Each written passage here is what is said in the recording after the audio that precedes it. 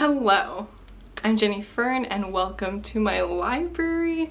I am a chaotic neutral mechanical engineer who likes permaculture, gardening, and is really into books.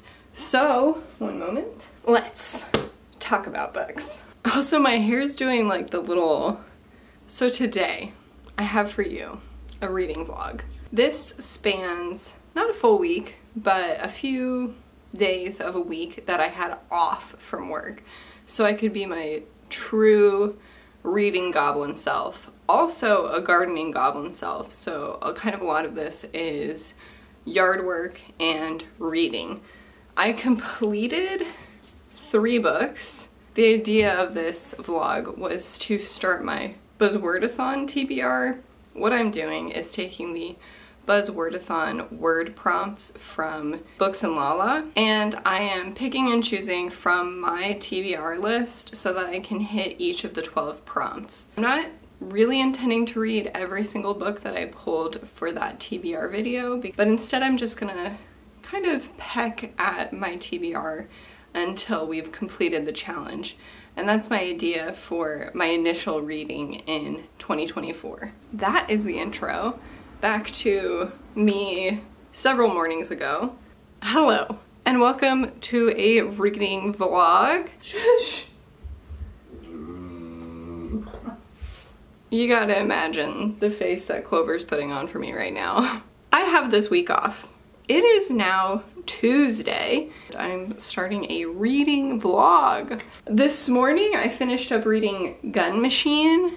That is for a different specific reading vlog. I'm currently reading, Across the River and Into the Trees or something like that by Hemingway. And I'm not really vibing with it right now. So I'm considering starting something else. And I have my Buzzwordathon TBR selected. So I was kind of thinking of just marathoning books from that stack. Oh, I'm out of focus, jeez. You gotta tell me these things. I also want to dig up an entire grapevine to prep an area for a fire pit. And I wouldn't usually want to do that. And I've lived here for 3 years and I haven't done it yet. It's more useful to have grapes than to have a fire pit, in my opinion.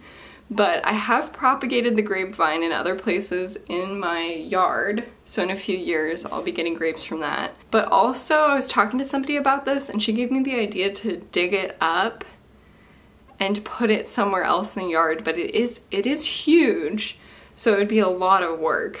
The other thing, and this is such a whim and more of a fun thing, I went to a family member's home that I'd never been to before. And I saw her garden and it is beautiful, and it's this beautiful bed of succulents. And I've never really been that interested in growing succulents because I'm more of a permaculture person. I like the plants to be able to feed me, but my whole front garden is there to feed me. So I can do some ground cover that is just for beauty, you know, and habitat. So I'm thinking of going to the garden store and getting some succulents. The problem is, it's gonna rain today and I'm gonna walk there. I have to wait for the rain to pass. My nursery is closed today, so I'll have to go to the hardware store instead and see if they have any plants. I have some boxes to shred, like I have a ton of maintenance work to do. I am back from my great adventure trying to get succulents. I went to the hardware store, which does have an outdoor section for plants. They didn't really have anything. They just had a couple of like, man, I don't even know, like pelargoniums, like a bunch of dead stuff, to be honest. But I went to a local nursery across the street that I've never been to before. I went in and it was great. The woman working there was really, really nice, and I got some succulents. So I'm gonna show them off to you. I don't know what any of these are, and they don't have any labels, but I got this little guy. So I'm very ignorant when it comes to succulents compared to like food producing plants. I got this little guy. She said that these are really popular. This is Haworthia fasciata, and it does have a little baby propagated off of it already, which is pretty cool. I got this lanky guy, this chubby cutester. I got this cactus, Echinopsis oxygona cactus. It's just really beautiful structure, and it's like a 2-for-1 in this guy, so I got this guy here. So those are the succulents that I got, and she was nice enough to give me a little box, which was kind of necessary because I did walk home. I did not want to spike myself. For breakfast I had some peanut butter toast, so I'm gonna try to make a really nice healthy breakfast with some of my garden greens and stuff like that. I was listening to Across the River and Into the Trees. Boy, this is not, Gordon! So I've been reading that Hemingway book, and it's really not for me. I was so excited about like just exploring Venice, like having a fun little Italian time. But it's about this like old army guy, this US Army guy, and he's like hooking up with this like, she's like 18 or 19 or something. She's really young, this young girl, and he's like in love with her or whatever. She's in love with him, and they won't stop talking. All I want is it not to be that relationship, and also to just explore the town, basically. So it's not what I wanted. It's not what I wanted. I think it's time to go plant these little puppies in the dirt now. I'm so excited. Sorry, I want to show you a boy. He's so sleepy right now, but he's behind me, and look at him. Isn't he so cute? Look at all his feet. I have succulented it up. I put together a little patch of the garden with these succulents. I think it looks pretty good. I'm really excited to see how it does as it grows in. Hopefully I don't lose any. I got a bunch of greens, huge chards, a bunch of kales, and collards, tree collards. We're gonna whip this up into saute, I guess. These are my greens, super simple. I just chopped up the greens. I added 2 cloves of garlic, also from my garden.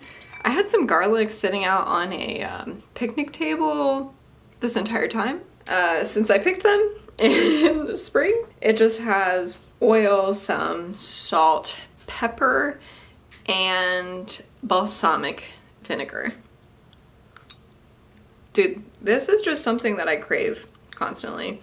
Probably because I'm vegetarian, so I need to get my iron. Oh, some deep dark greens. Hello.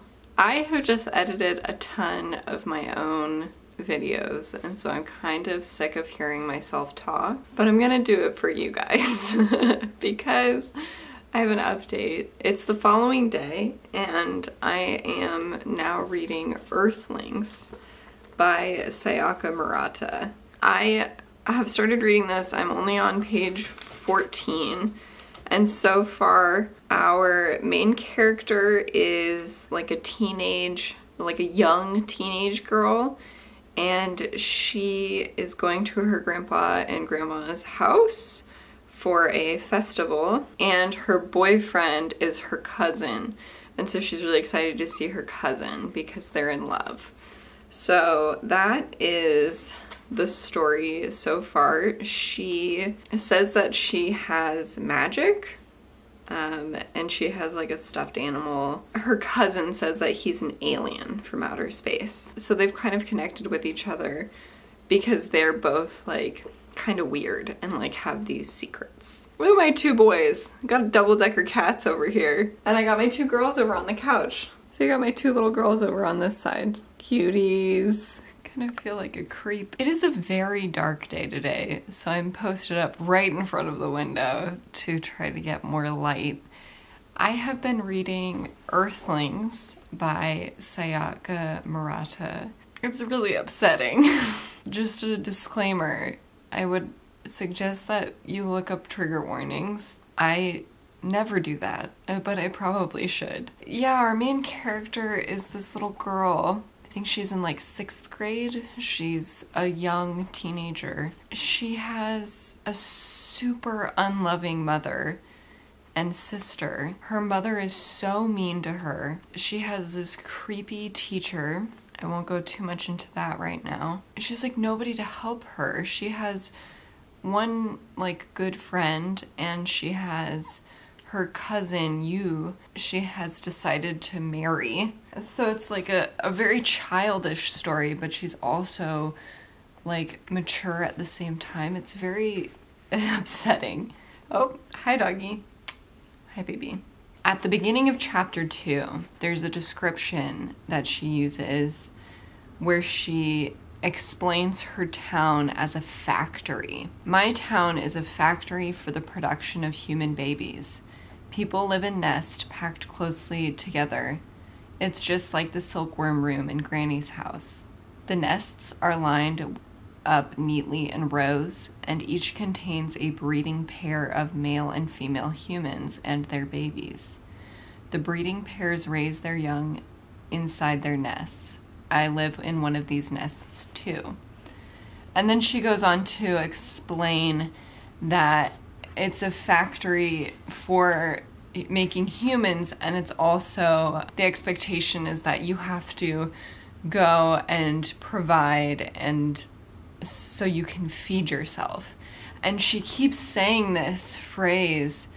Basically, because she's a child, she's trapped and she can't survive on her own. So she says things like, but at least once you were able to buy food for yourself, you didn't need to worry about being thrown away. If I defied an adult, I would be killed. If the adults threw me out, I would die.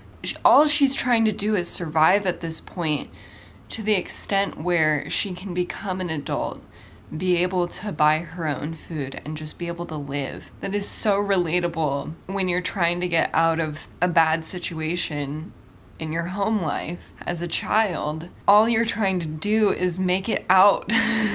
All you're trying to do is get through those years so you can leave. I had no idea that this book was going to be so serious. Didn't expect this to be about abuse, and it's hitting me a bit hard. I think I need to take a break. I think I need to take a break. I'm on page 74 now. I'm also currently hugging my dog. I'm glad I have my pets with me. Bless you. Hello. I was just washing some dishes, and I wanted to give a shout out to one of the booktube channels that I've been really loving for his unique and kind of specialized content that's gunpowder fiction and plot. It's this person named Scott, and he talks a lot about literary fiction, translated world fiction. I found his content really illuminating. I just watched the video 24 Classics for 2024, and it was such an excellent video. I think I'm gonna actually get dressed, get out of my robe, and I think I'm going to film a video about the books that are going to be available in the public domain this year, 2024. That's one of the most exciting things about old books, is that they're available to you for free at some point. Hello! Sorry.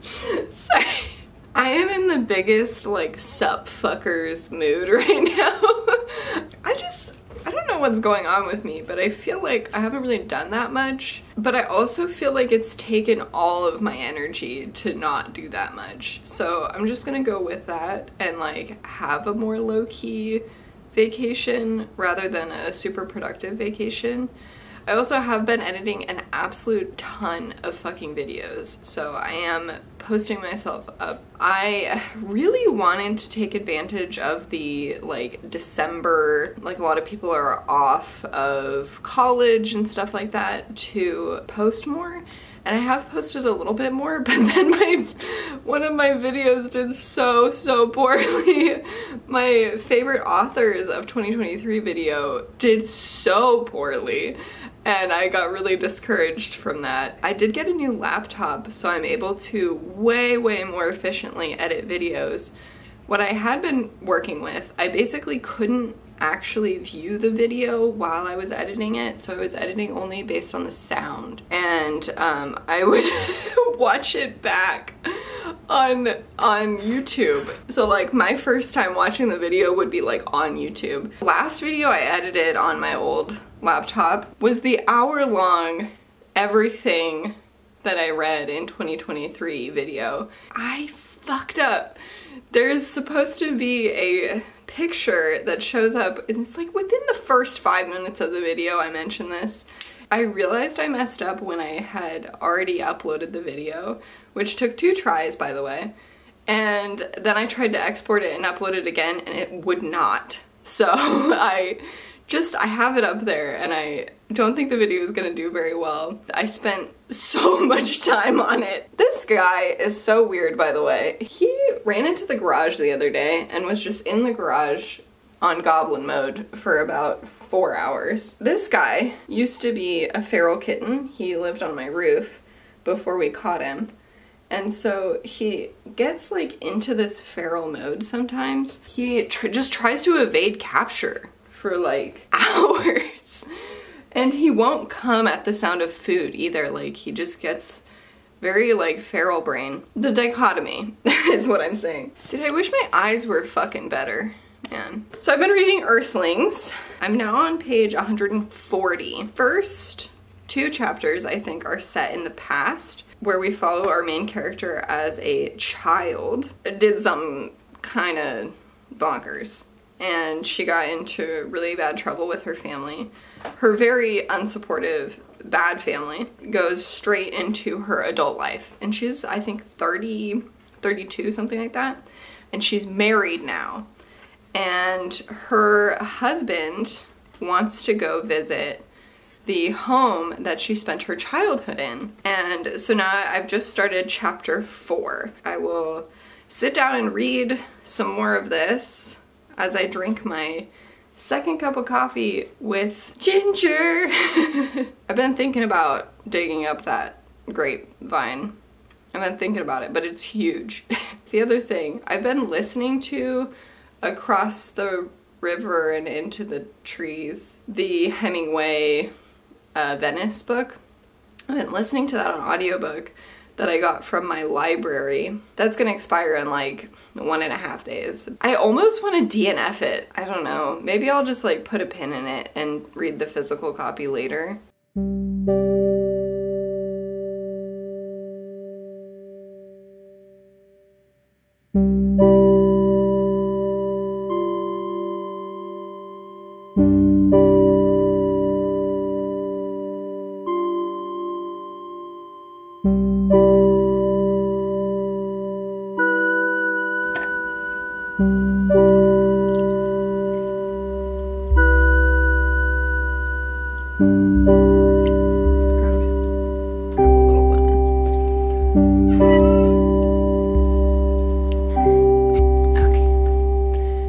Hello, I have been reading Earthlings. I am now on page 226. I'm almost done. I am really enjoying this. It gets really weird.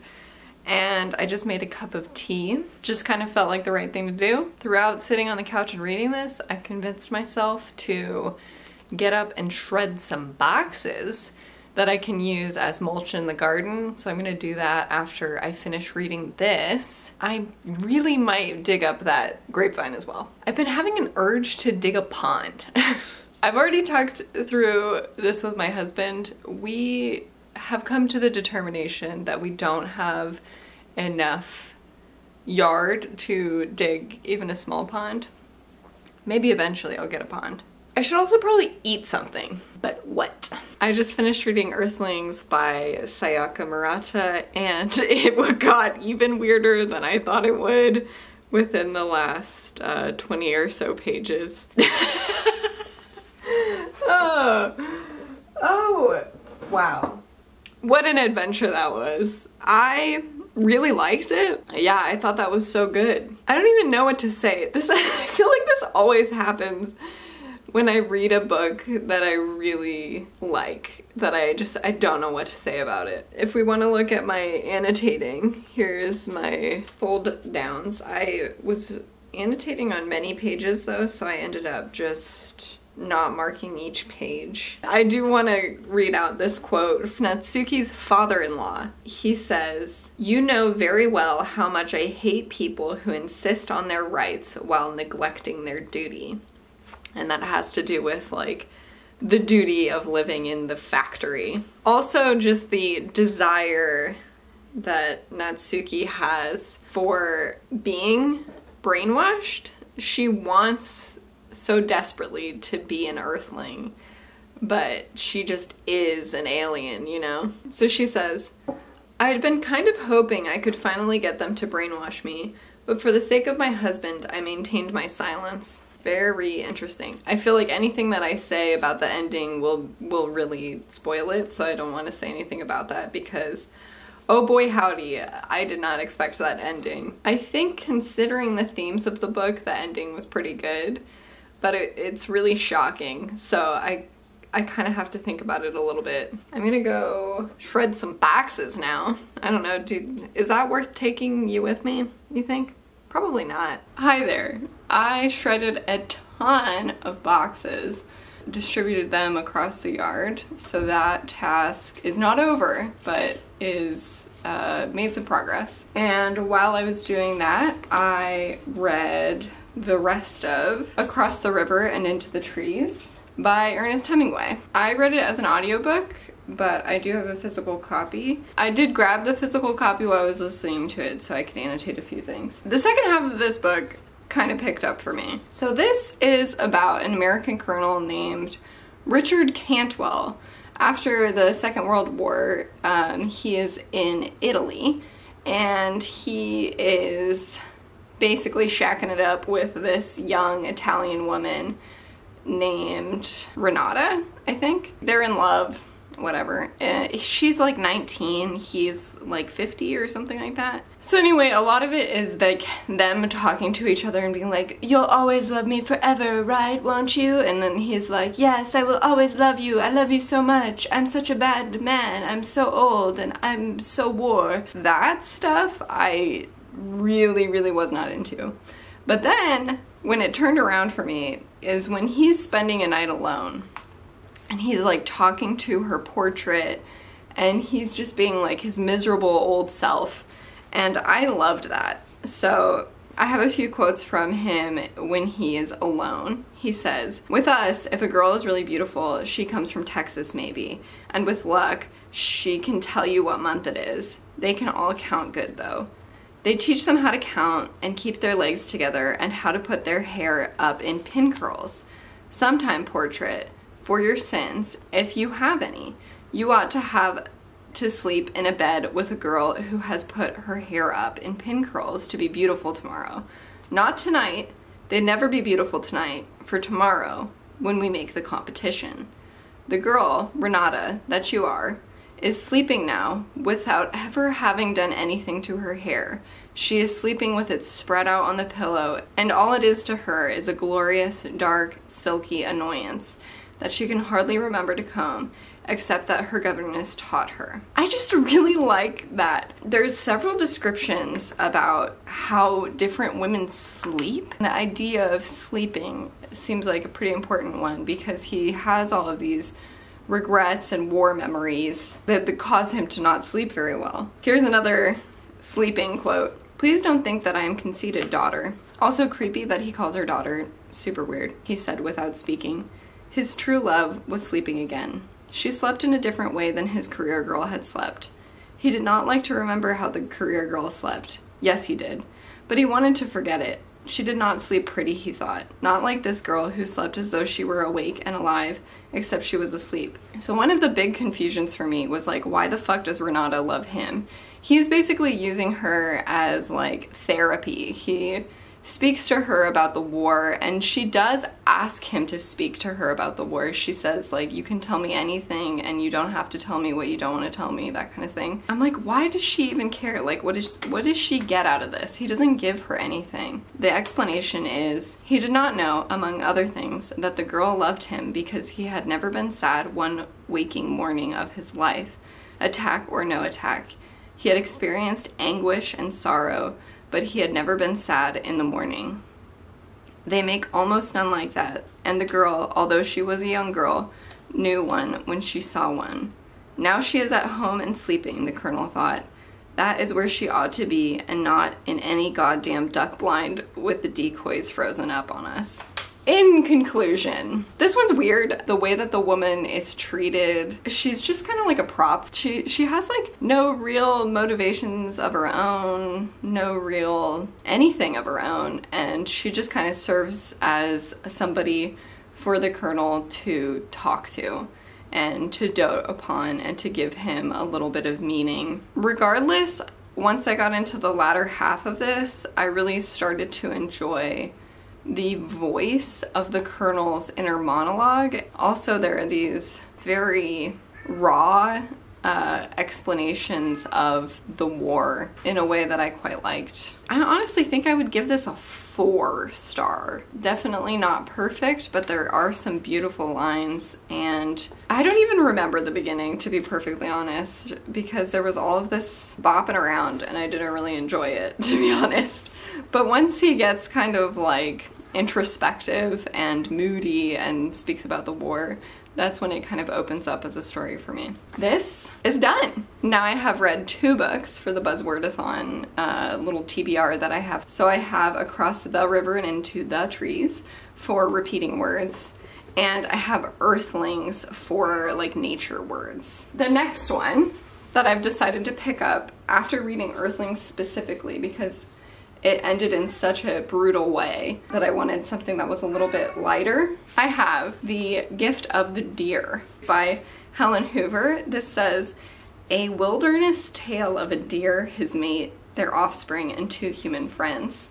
I just thought it sounded really wholesome and that it would be something that would take me out of any sort of funk that I would get from the darkness at the end of Earthlings. I will probably start reading this today, but for right now I need to eat some food. It's a little bit past my lunchtime, so I have started reading The Gift of the Deer, and it seems like a very fitting book because it very first takes place on Christmas Day. It is so far so incredibly cozy, really sets a scene. It has some wonderfully descriptive language. I'm only on page 16, but so far I'm really enjoying it. There was a description of some of the food that they're eating, and it really reminded me of some of the old recipes I have from my grandparents. I had digitized a box or 2 boxes of recipes that my mom had,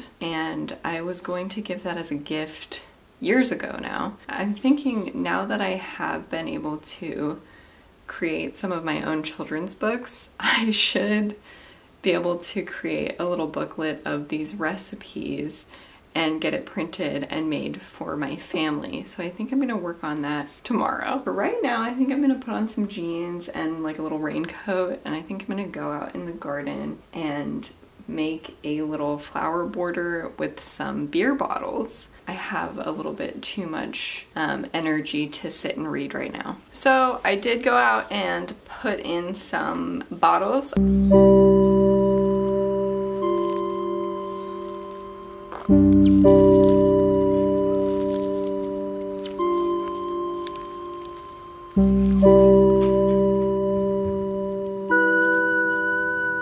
I had to clean them up first, and I don't have like a ton stockpiled, so I worked on my little border a little bit. I think it looks pretty good. I started another new book because I wanted to listen to an audiobook while I was out there. It's Sparks Like Stars, which had been on a TBR list that I had, and it's for the like prompt. It's by Nadia Hashimi, and it is about a girl in Afghanistan. It delves into the military coup of Afghanistan in 1978. So far it's been really interesting and I've really enjoyed what I've read. It's been a little bit confusing because you're in the world of this little girl whose world has just been really thrown up in the air because of this coup. I am 2 hours and 32 minutes into it, so that's 21%.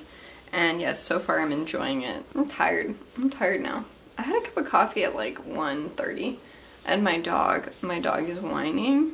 She is upset that it's rainy again and that she didn't get to play that much. Look at how disappointed she is in the weather. Pebble, living her best life. Gord's a little bit complainy. Louie has been very comfortable today. Good morning. It is the following day and I've just been reading The Gift of the Deer this morning. I read a little bit of it last night. I've read 54 pages and it is such a treat. It is a husband and wife who are living in a cabin in the woods. They have a deer who is really struggling to survive come up to their cabin in the winter on Christmas. He is blind in one eye and he's really frail. And so they set about trying to make sure that he lives through the winter. And now we are in the second year and I think we get to meet some different deer. But we also get some wonderful nuggets of Helen Hoover's thoughts. And her husband does the illustrations, and the illustrations are so beautiful. Pull some quotes. A few days before, I had received a letter in which a friend wrote, "You seem to feel that nature is always smiling. Surely it has some sinister aspects. A widespread but absurd idea. Nature simply is. Its smiles or frowns are reflections from the human mind." And then there's the concept of humans can do terrible, terrible things, but we can also do really wonderful things. So, as though he read my mind, Aide said, "Things aren't quite so bad when you can help undo them, are they?" This is how I kind of go about life. So anyway, I've been having a really nice time with this book. But at this point, I think it's time to set it aside and do something else. I did actually read more of The Gift of the Deer while I had a second cup of coffee. Now I'm all outfitted to be in the rain. So I'm going to do some yard maintenance. All the animals are now active. They were all sleeping. I'm gonna go do some yard work. I'm back inside after digging just a moat around my grapevine. I did prune it, and I made significant progress. Here's the mistake I made. I filled my wheelbarrow with mud, and then I couldn't move it because it was so full of mud. So then I had to scoop the mud out of the wheelbarrow into a box and then move the box until it was light enough that I could push the wheelbarrow. But I did it. And now the wheelbarrow is empty, and I was gonna start on another round, but it's actually raining kind of hard right now. I'm like soaking wet. You can see I'm like dripping, right? And then I'm so muddy. I don't know if it's showing up very well, but I'm like super muddy. I am going to take my dog out real quick, and then I think I'm gonna take a shower and take a little break. I've been reading Sparks Like Stars. This whole time I'm reading it as an audiobook. It is about this girl who her parents were killed in a coup in Afghanistan. They're trying to smuggle her out of Afghanistan, basically. 4 hours into the book, really enjoying it. Let's take my dog out. She would love that right now. I just got out of the shower. I'm like out of breath. I need to eat. I haven't eaten yet. My arms are so tired. Obviously from all of the lifting of mud and shoveling of mud. So I am going to make some cream of wheat and maybe some hot cocoa. And then I'm probably gonna tuck into this book a little bit more. So how do you make your cream of wheat? Nobody asked. And yet I'm still here. I cannot show you because it'll tip out if I tip it too much. I have Bob's Red Mill organic creamy wheat. I think is what they call it. Follow the stovetop directions. Add in raisins or any dried fruit from my garden. Put the raisins in with the water and creamy wheat when it's boiling. At the end, I put a huge heap of brown sugar on top and I pour oat milk all around it. It's so comforting. Oh, it is absolutely storming right now. It is pouring down. It's kind of windy. I just took a nap on the couch with my dog. Oh, I don't know, for maybe like 40 minutes or so. I was reading The Gift of the Deer and I just felt myself getting so sleepy, so I decided not to fight it and to just go with it. Just go with it.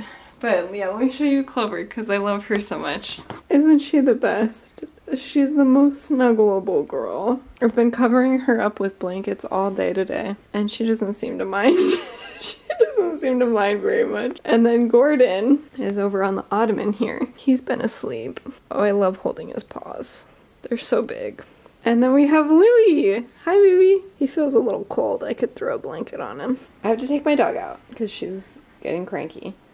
But before I do that, I want to show you what I've been working on. So years ago, I scanned in recipes from our family recipe box. So I'm working on a little cookbook. So here we have the egg section. Here's a frittata by Kraft, so don't sue me. It's just for family. They have a bunch of quiche recipes, and they say real men will be wild about these quiches. It's not that dark, is it?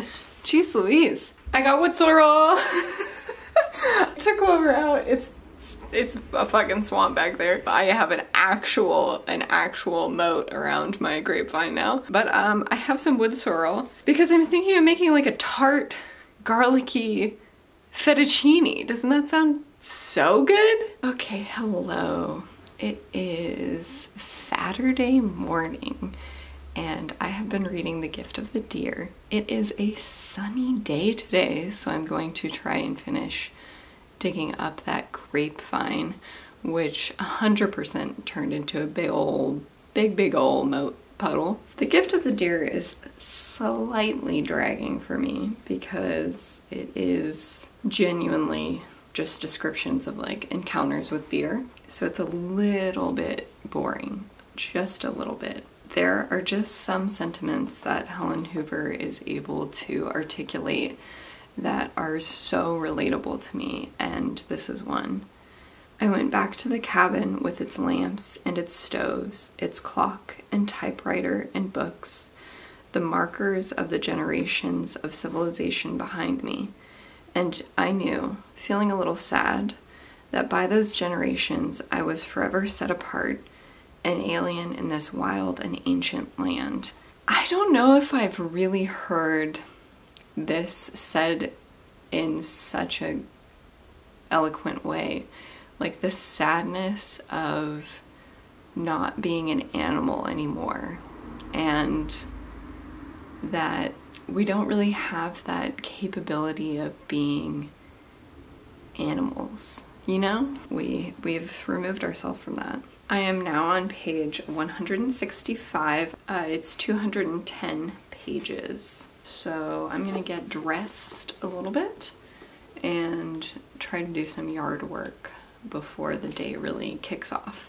Time for some updates. It is the end of Saturday. Can't believe we're already here, kind of crazy. And I have some updates from the earlier parts of the vlog. What's going on now? I didn't film very much at all today because I was busy enjoying my life. One point I have to correct, because I was just editing this video. I say that I'm going to make a tart, like lemony fettuccine. I made linguine. Linguine is the best pasta. Anyway, I did make my delicious lemony, wood sorrel-y, also tons of chives, and it was really good. And a ton of garlic. Delicious. Reading updates. I was reading Sparks Like Stars, the audiobook that I have from my library, for the Buzzwordathon prompt like. I am now quite a ways along in this. I am 69% in. That's 8 hours and 20 minutes. I've been really enjoying it. It is about a specific person's life, and it is following her through her childhood, a very important moment in her childhood, and then in her adult years, also some pivotal moments there. Really just about this one character and the things that she's experienced and seeing things through her lens a little bit more. I have also been continuing to read The Gift of the Deer.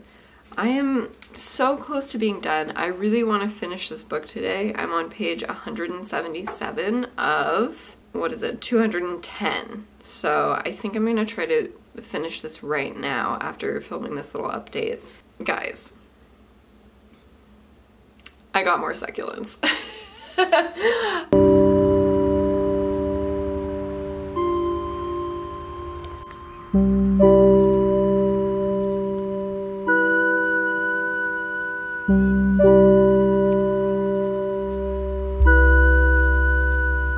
I went to another garden store today and I got maybe 4 or 5 succulents, and I put them out into my little garden bed and it's looking super cute. This is really bringing me a lot of joy, so I'm just gonna run with it.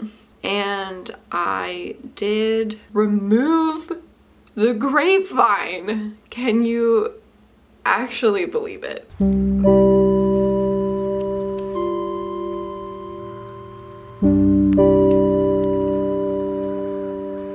So I worked earlier this morning on digging out more of the mud from the base of the grapevine, and then I was like, oh, I don't think I can do this. I didn't think I could pull it out, you know? And I was thinking, well, maybe I can just get an axe or something and chop this thing out. And then my husband came out and he was able to, well, both of us together were able to kind of tip it over and pull it out that way.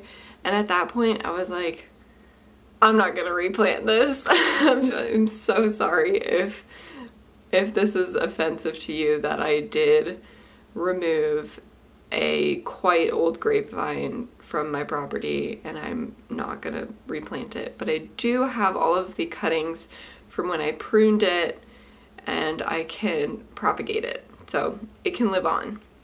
But I do feel a little bit bad about the plant itself. It's not gonna be there anymore. But it was in a really weird location of my yard, and now I can just really envision a wonderful, beautiful yard with a fire pit. So we did look into getting some materials for the fire pit, but we did not get anything. I'm gonna read The Gift of the Deer now, and hopefully I can finish it, and then I can give another update, and then I can finish another book. Well, as much as I don't exactly want to cry on camera, I think I should probably show my genuine reaction to reading the end of The Gift of the Deer. I have a quote to share with you. Life and death rise one from the other as day follows night.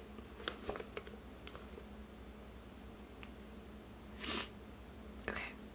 Life and death rise one from the other as day follows night. Nothing can be lost, for nothing exists alone. And needless to say, the last, I don't know, 20 or so pages are very sad, and it was so special. Let me get back into my analytical mind. Just one moment. Okay. This was such a touching book, obviously, considering my reaction. It is about this couple, this married couple, who have moved from, I believe it was Chicago, out into the woods of Minnesota. They're right up on the border between the US and Canada, and they live in a cabin all throughout the winter. And they have to stockpile their food, they have to chop wood, and they're in a very desolate spot. This is set in around 1964. It's a true story. and a deer shows up on their doorstep and he is starving and injured, and so they decide to help him by feeding him, providing him with cedar and corn and like oatmeal or whatever. They feed him to try to get him to live through the winter.